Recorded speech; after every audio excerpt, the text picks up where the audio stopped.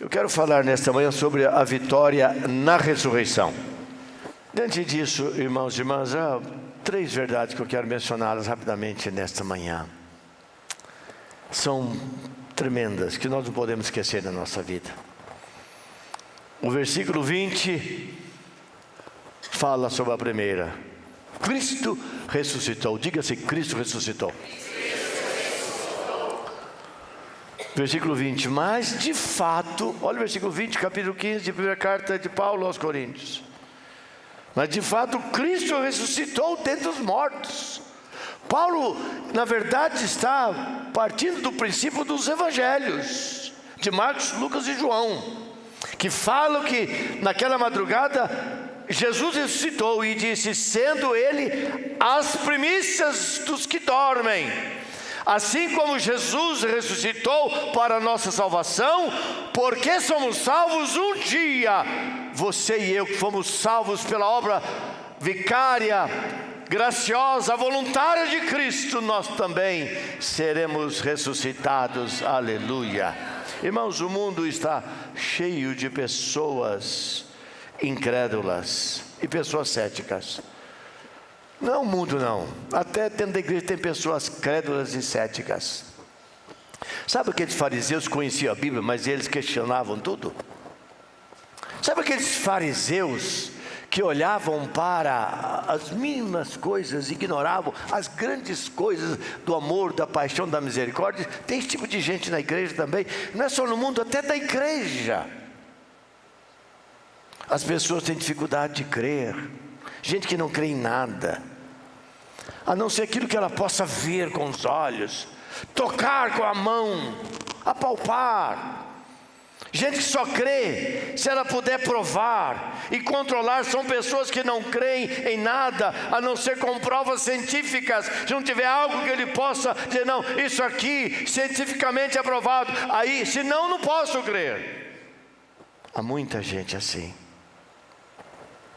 Presta atenção, irmãos, esse era o auditório que Paulo escreve.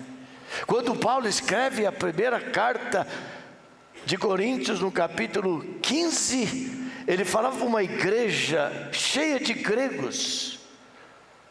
Os gregos, eles eram dados às filosofias. Irmão, não tem nada mais louco do que a filosofia. A filosofia é você caminhar por mundos que você não consegue, na verdade, avaliar nada.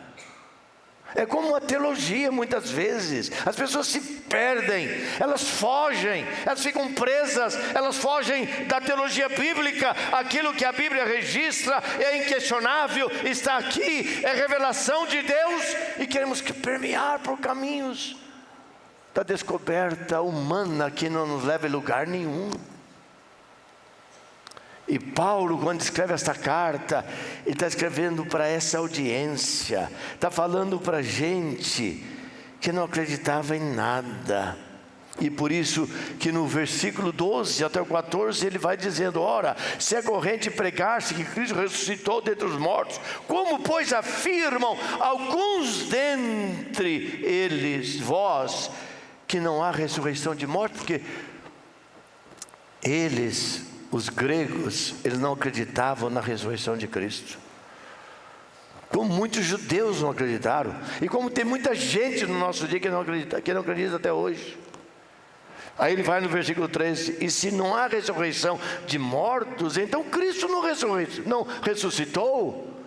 Paulo caminha por um caminho claro, Paulo aborda verdades extraordinárias nesse texto, e daí ele fecha essa ideia bíblica, teológica, verdadeira, espiritual. E se Cristo não ressuscitou, é vã a nossa pregação e é vã a vossa fé. Quem você vai crer? No homem morto? A ressurreição é lembrar que Cristo ressuscitou. E sabe, irmãos, é pela esperança que temos na ressurreição de Cristo, é que sabemos que um dia nós também seremos ressuscitados e viveremos com Ele por toda a eternidade. Quem não crê na ressurreição, como você vai para o céu? Porque nós vamos ter um outro corpo. Quando nós morremos, nossa alma, nosso espírito vai direto para Deus.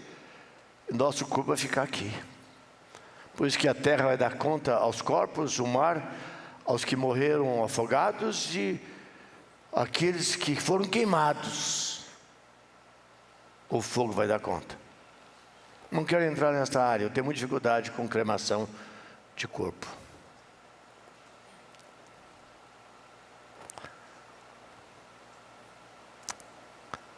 Jesus foi sepultado.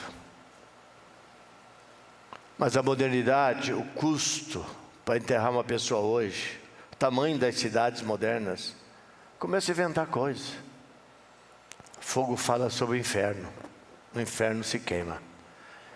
E Jesus é muito claro quando escreve no Evangelho de Mateus que lá haverá ranger de dentes, muito sofrimento, porque os incrédulos, os desobedientes serão lançados num lago de fogo e enxofre. Alguém quer ir para lá? Só tem um jeito para não ir para lá. A partir do princípio que Paulo nos ensina aqui. Cristo ressuscitou para a minha salvação. Você quer nisso? Diga amém. Mas irmãos, há uma segunda verdade nesse texto. Versículo 23 nos fala essa verdade. Não só Cristo ressuscitou, mas os salvos serão ressuscitados. Eu vou ser ressuscitado. Eu creio que você será ressuscitado. Eu creio que aqueles que realmente se renderam a Cristo, não a religião. Sabe, irmãos e irmãs, presta atenção, esse domingo é o domingo daí nós sermos despertados. O seguinte, eu sou de Jesus ou sou religioso? O que eu sou? Eu sou de Jesus de verdade? Eu sou um discípulo dele, o que é meu é dele, o meu coração está na obra dele, o reino é maior do que as minhas coisas, eu vivo para ele? Ou eu sou religioso? Irmãos, olha, o inferno está cheio de religiosos. É a convicção que o Evangelho traz no nosso coração, de que um dia Ele é a primícia e nós seremos ressuscitados, porque Ele, o nosso pastor, nosso Senhor, o nosso Salvador, morreu por mim, ressuscitou por mim. Se acredita, diga amém. Olha o que diz o versículo 23. Cada um, porém, por sua própria ordem, partindo do princípio, irmãos, o que está no contexto de que Cristo ressuscitou. Cristo, primeiro, Ele é a primícia. Depois, os que são de Cristo. Diga assim, os que são de Cristo. Irmãos, aqui não está falando aqueles que são de alguma igreja. Coloca o nome que você quiser nessa igreja. Não é quem está na igreja, que estão em Cristo. Nós fazemos parte da família do povo de Deus. Irmãos, quando nós saímos daqui, isso aqui é um prédio vazio, que se quebrar a telha molha, chegar rato fica tudo sujo, se entrar gato para pegar os ratos fica fedido, é um lugar vazio. A igreja somos nós, e nos reunimos nesse lugar para um momento como esse, de adoração, celebração, estímulo da nossa fé, motivação das nossas convicções, quebrantamento do nosso coração, desejo de caminhar com Cristo e servi-lo, conforme ensina a palavra de Deus. Os cristãos de Corinto os cristãos de Corinto não só, eles tinham, quando olhamos esse texto, dúvidas acerca da realidade da ressurreição, mas também como seriam os corpos ressuscitados. Mas como que é esse negócio depois de ressuscitado? Vai morrer como esse corpo todo desmantelado, fedido? Havia dificuldade. Mas irmãos, a Bíblia nos ensina, eu não vou entrar nessa área porque eu estou focando na ressurreição, e lembrando que nós somos fruto da ressurreição. O corpo ressuscitado será diferente do corpo humano. Esse corpo nosso aqui, o nosso corpo atual vai ser outro corpo. Nós vamos receber um corpo glorificado. É um corpo perfeito, um corpo sem doença, um corpo sem ruga, um corpo sem pele sobrando. um corpo glorificado. E com Cristo reinaremos para sempre. Seja nisso, diga amém. Esse novo corpo será marcado por vários aspectos. Primeiro, de corruptível para incorruptível, de desonra para um corpo glorioso, de um corpo de debilidade para um corpo de poder, de um corpo animal para um corpo espiritual dado, refeito em nós, por aquele que nos criou do nada. Então, o que Paulo está nos ensinando aqui, irmãos e irmãs? Ele está nos ensinando que cada um de nós, salvos pelo sangue de Cristo, que nos rendemos a Ele, nos entregamos a Ele, a Jesus Cristo, nós seremos ressuscitados. Só os salvos terão este corpo glorificado. Quando você se olha no espelho hoje, antigamente a gente carregava um espelhinho de bolso, lembra? Hoje não tem isso mais. As mulheres têm um celular, eu acho. Você dá uma olhadinha para ver como está a sobrancelha, o cabelo.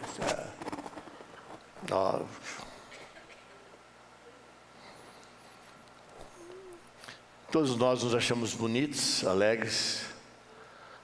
Esse corpo será tremendo. Esse corpo não terá nada. Por mais bonito que sejamos, irmão, deve sempre ter um probleminha. A sobrancelha é meio torta, não é do jeito que você queria o nariz, você não é do que queria ser um pouco mais fino, não sei aonde. O que esse corpo glorificado será perfeito, como perfeito é o nosso Pai Celestial. A ressurreição nos fala dessa verdade. Mas em terceiro e último lugar, os salvos serão arrebatados. Vamos falar sobre o arrebatamento, é um tema muito amplo, vasto. Mas apenas, porque não podemos fugir disso, quando Paulo, ele escreve para um povo incrédulo. E ele fala sobre isso. Olha o versículo 52. Quando você vira a página da sua Bíblia, o versículo 52. No momento, olha o que ele diz. Versículo 51. Eis que vos digo um mistério. Nem todos dormiremos, mas transformados seremos. Jesus voltar, se nós tivermos em vida. Aí 52. No momento, no abrir e fechar de olhos, ao ressoar a última trombeta, a trombeta soará e os mortos ressuscitarão incorruptíveis. E nós seremos transformados. Porque é necessário que este corpo corruptível se revista da incorruptibilidade e que o corpo mortal se revista da imortalidade. E com ele viveremos para todo sempre. Nesse capítulo, irmãos, aparece outra promessa relacionada com a esperança dos salvos na ressurreição, o que nós estamos chamando aqui de arrebatamento. Cada um de nós aqui precisa ter a convicção de que nós seremos arrebatados. Se vivos ficarmos, vamos subir com Ele. E se mortos estivermos, nós seremos vivificados, como diz o texto do apóstolo Paulo. Porque com Ele nós iremos viver para todo sempre.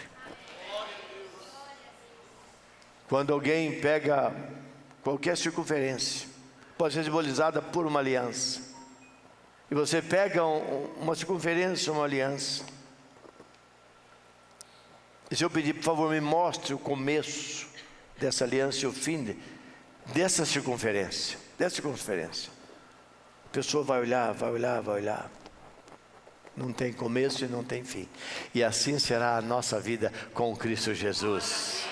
Começa aqui. Aqui nós ouvimos na nossa linguagem, na nossa realidade, na nossa cultura. Somos ensinados, desafiados. Aqui aprendemos a orar, aprendemos a evangelizar, aprendemos a servir. E quando passar esse lapso de tempo, para alguns dura 90, para outros 80, para outros 50, para outros 5 anos, nós não sabemos. Mas quando passa esse tempo, uma vez em Cristo, eternamente com Jesus. Crê nisso, diga amém.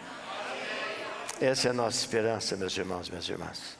Essa é a certeza que a Bíblia nos traz. Por isso os versículos 53 e 54 diz assim: porque é necessário que este corpo corruptível se revista da incorruptibilidade, e que o corpo mortal se revista da imortalidade.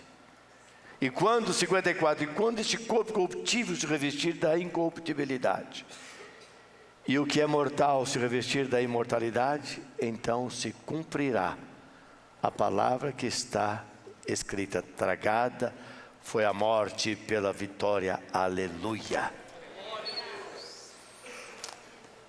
Irmãos, domingo da ressurreição é o domingo que nós pensarmos naquilo que Deus tem preparado para cada um de nós. Não é um domingo para trocar chocolate. Se alguém tem chocolate, quer doar, eu gosto de chocolate.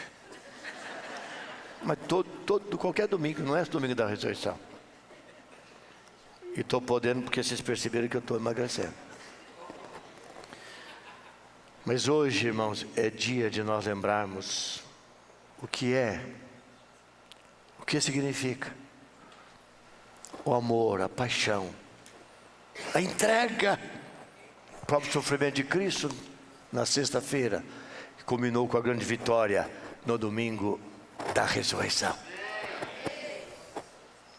Por isso que nós temos que pregar o Evangelho, irmãos. Por isso nós podemos orar pelos enfermos, por isso nós expulsamos os demônios, por isso que nós não podemos ter medo, por isso nós encaramos a vida, por isso que nós avançamos em fé. Não é porque há em nós algo em nós, mas é por causa daquele que vive, é poderoso, habita em nós, age por meio de nós, trabalha dentro de nós e nos move na direção que Ele já separou e escolheu. Irmãos, eu quero encerrar essa palavra nesta manhã. Quero lembrar essa palavra lendo o versículo 57. Graças a Deus. Olha o versículo 1 Coríntios 15, 57. Graças a Deus que nos dá a vitória por intermédio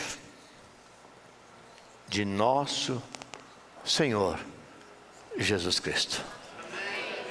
Aquele que não ficou na morte, mas ressuscitou.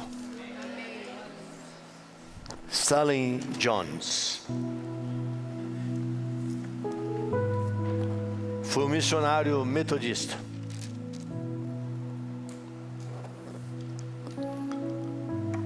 Entregou a sua vida, foi trabalhar na Índia. 50 anos foi missionário, no meio da pobreza. Esses missionários que deixam o conforto de um país como o seu para viver a realidade de um povo que, se não fosse alguém que tivesse uma palavra de esperança, aquele povo jamais teria esperança. Stanley Jones fez uma das mais extraordinárias afirmações como autor de livros que ele foi, escreveu inúmeros livros. Fala muito sobre intimidade com Deus. O ensino de Stanley Jones era, na verdade, levar o povo a crescer em Deus, crescer na santidade, na intimidade com o Pai. Ele diz o seguinte: nosso Evangelho não termina num cadáver. Jesus morreu. Tomé o incrédulo. Os próprios discípulos caminharam com ele, esconderam dentro de uma casa em Jerusalém. Jesus não os viu no domingo de manhã à porta do túmulo, que ele não estava lá, mas estava lá de fora. Quem foram lá? As mulheres extraordinárias até hoje, as primeiras que chegam, as que creem, as que servem, as que se doam. Ele disse: o nosso Evangelho não termina num cadáver, mas diz assim, mas em um conquistador cheio de amor, alguém que amou muito, muito, que mesmo tendo dito, se possível, passa de mim esse cálice, que é o sofrimento, ele disse, ele não encerrou aí, não há um ponto final na minha Bíblia nem na sua, mas faça a tua vontade. Eu vou assumir o cálice do sofrimento pela multidão, pelo mundo, pelas pessoas, por todos que vão crer no meu santo nome. Um conquistador. Ele diz, não termina num cadáver, mas num conquistador. Não termina num túmulo, numa tumba, mas ele diz, mas termina na vitória, porque Jesus Cristo ressuscitou. Aleluia. E a Ele, e somente a Ele, como disse Stanley Jones, e os evangelhos, Mateus, Marcos, Lucas e João, e Paulo empresta essa ideia dos evangelhos e traz o grande ensinamento que tem premiado cristãos e pessoas, transformado vidas em todos os continentes aonde existem pessoas. Irmãos, este é o domingo da ressurreição. Que a sua vida, meu querido irmão, minha querida irmã, seja diferente a partir deste domingo.